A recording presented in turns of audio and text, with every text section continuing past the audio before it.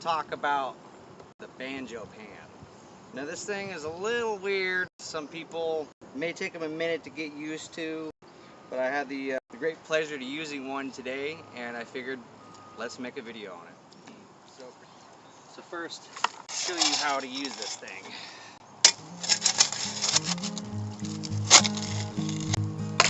We're gonna load that sucker up. So this thing works a lot like a sluice box, but you still got to stratify like a pan. Alright, so we're gonna run this just to kind of show you how it works. Trying to explain it, you really don't get much out of it, but seeing it for yourself will help you greatly.